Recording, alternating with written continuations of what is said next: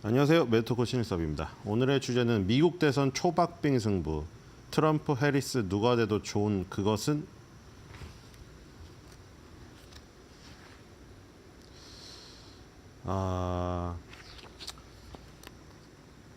자, 지금 이거는 투표함 열어봐야 합니다. 자, 지금 뭐 언론에서 나오는 그 기사랑 댓글들 보면은, 그러니까 그게 뭐냐면 자기가 지지하는 사람들끼리 모여 있어서 그래요. 그러니까 그 트럼프를 지지하는 사람들의 댓글에 거기 있으면은 다 트럼프가 될 것 같고요. 해리스를 지지하는 사람들의 댓글에 그냥 기웃기웃거리면 해리스가 될 것 같아요. 그냥 그거랑 똑같습니다. 정치인들은 자기를 응원하는 사람들 안에 있으면은 자기가 될 것만 같아요. 왜냐면 반대하는 사람은 없으니까요. 그게 착각이죠.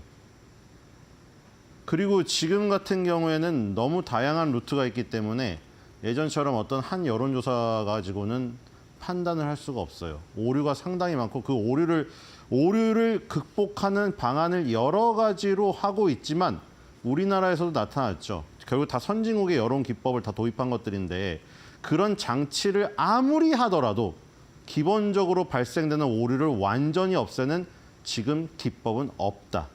결국에는 투표함을 열어볼 때까지 알 수가 없는 것입니다.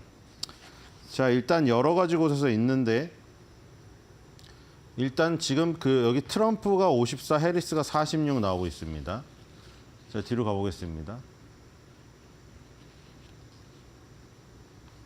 예, 이거는 시뮬레이션을 돌린 거죠. 지금 7일 안쪽에서는 4%가 올랐는데 10번 돌렸을 때 49번 해리스가 되고 51번이 트럼프가 됐네요. 지금 추세로는 해리스가 오르고 있네요. 네. 다 내용이 다릅니다. 자, 이거는 지금 이 당시에는 지금 뭐 해리스가 후보가 아닐 때였고 여기서 들어온 뒤에 엎치락 뒤치락 하다가 벌어졌다가 지금 다시 좁혀지는 추세죠. 여기 59.7대 40.5입니다. 여기는 다른 데에 비해 퍼센트의 차이가 많이 나죠. 왜냐 여기는 스테이블 코인을 직접 걸고 하는 도박장이기 때문이거든요. 그렇죠? 뒤로 가보겠습니다. 저기로는 20% 나잖아요. 네, 몇 개 더 있었는데 없어졌고요. 자, 이번 주에 중요한 것들이 많이 나오네요. ISM 서비스업 지수 나오고요. S&P 글로벌 서비스업 지수 PMI 나오고 그리고 목요일에 항상 나오는 신규 실업 수상 청구 건수 있고요. 여기 진한 글씨로 이게 FOMC 회의가 있죠. 대선하고 FOMC가 있기 때문에 굉장히 중요한 한 주입니다. 자, 뒤로 가보겠습니다. 다시 또 나오네요. 자, 여기는 52.6대 47입니다. 근데 저는 한 가지 변수가 일부 주에 투표용지에 케네디 주니어가 안 지워져 있거든요. 그거 아시나요? 케네디 주니어가 안 지워진 상태에서 마지막에 단일화했는데 그 전에 투표용지가 다 프린트가 돼버렸어요. 그래서 그런 경우 있잖아요. 그냥 투표용지에 있어도 그냥 찍어버리는 거죠. 내 의사를 표현하기 위해. 어차피 무효표 되지만. 그런 게 상당 부분 빠질 우려가 있다는 것이죠. 트럼프 입장에서는. 그렇죠? 케네디 주니어 쪽에 찍어버리는 게 있다. 52.6대 47. 뒤로 가보겠습니다. 이거는 또 이것도 시뮬레이션 돌린 거죠. 53번, 46번, 100번 돌렸을 때. 이런 방식을 많이 쓰죠. 이거 538 그 사이트입니다. 그 주별로 이렇게 파란색, 빨간색에서 그 사이트 있죠. 자, 뒤로 가보겠습니다. 자, 이건 아까 본 것이고요. 폴리마켓. 뒤로 가보겠습니다. 자, ABC 뉴스 48대 46.8. 이건 좀 더 작죠. 코인 걸고 하는 게 20%가 차이 나요. 뒤로 가보겠습니다. 자, 민주당하고 공화당하고 중간 선거 때, 바이든의 중간 선거 때 이 주제인데, 이거 대부분 다 똑같거든요. 중간 선거든 대선이든 지방 선거는 다 똑같아요. 우리나라도 결국 똑같아요.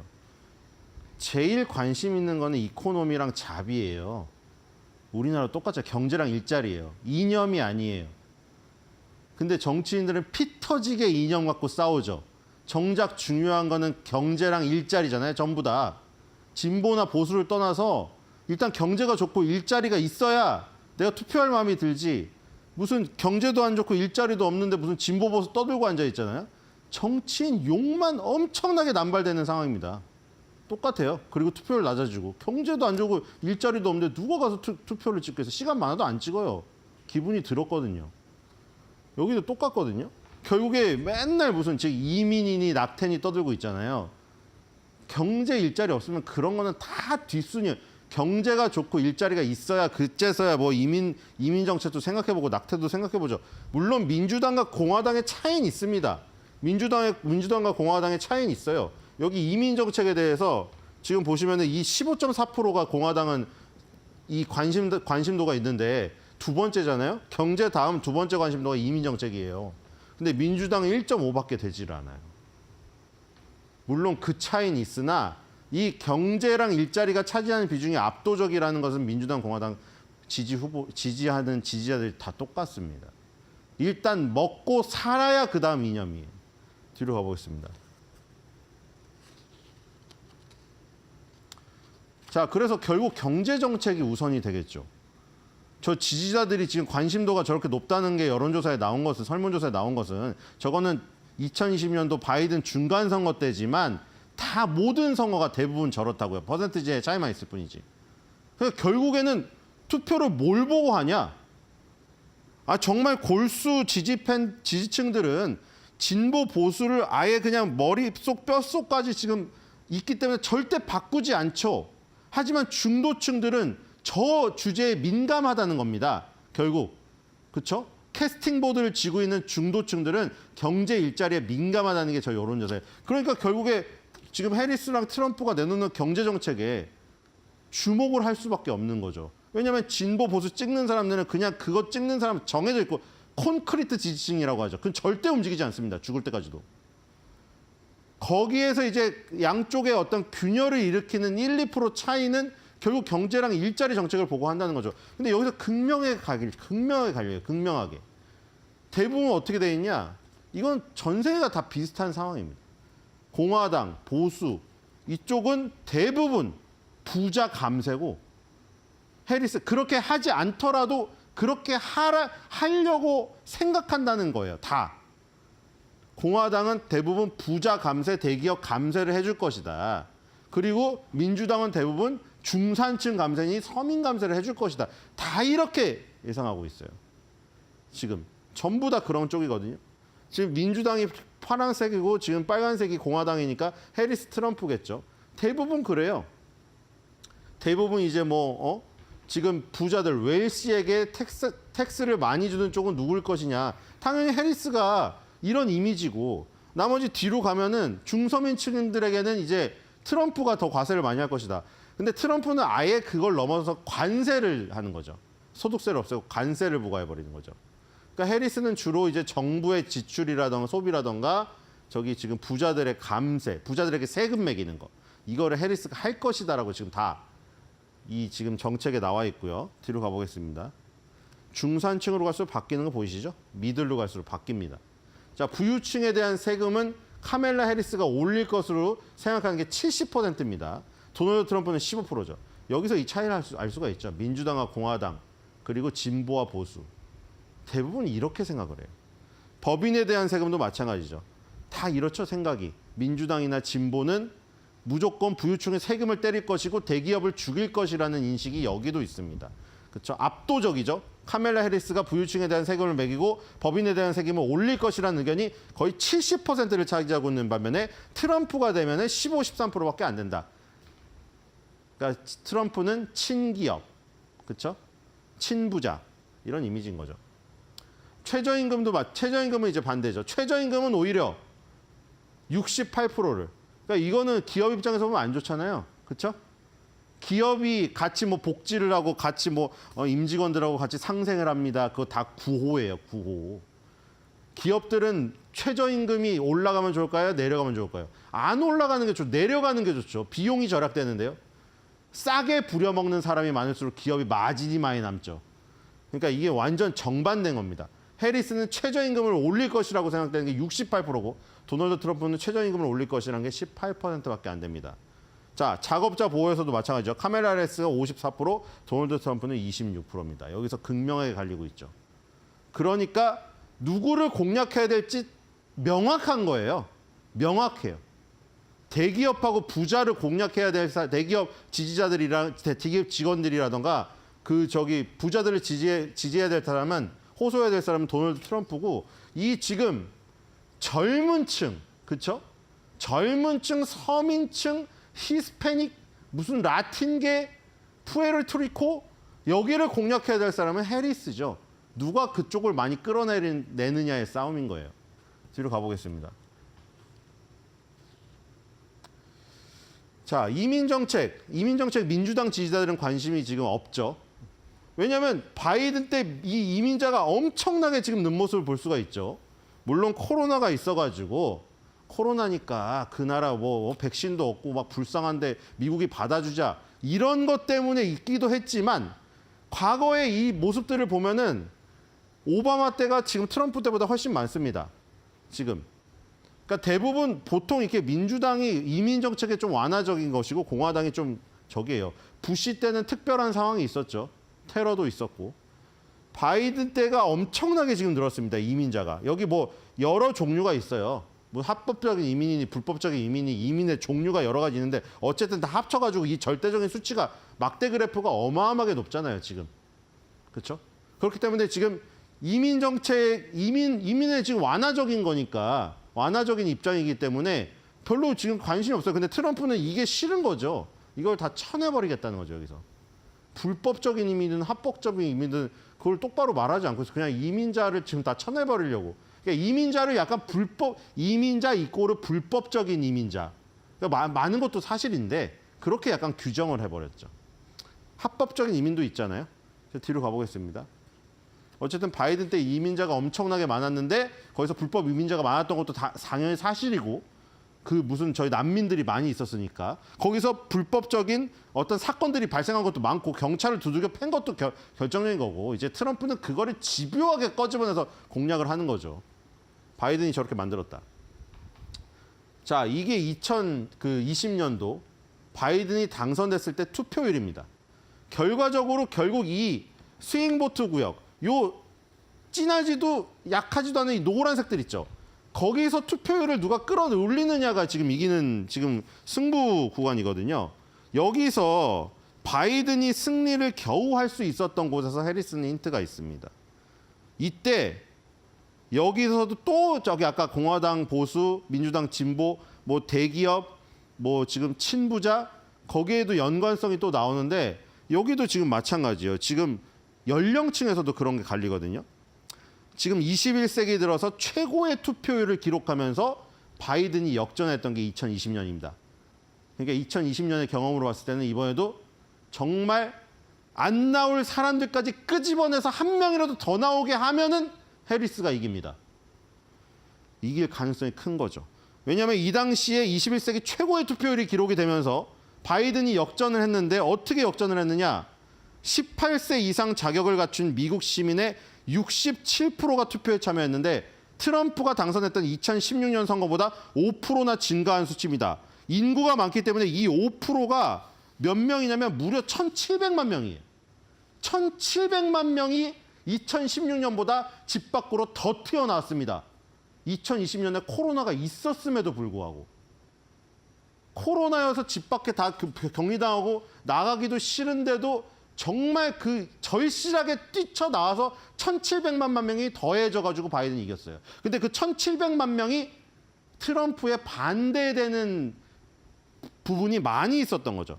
특히 젊은.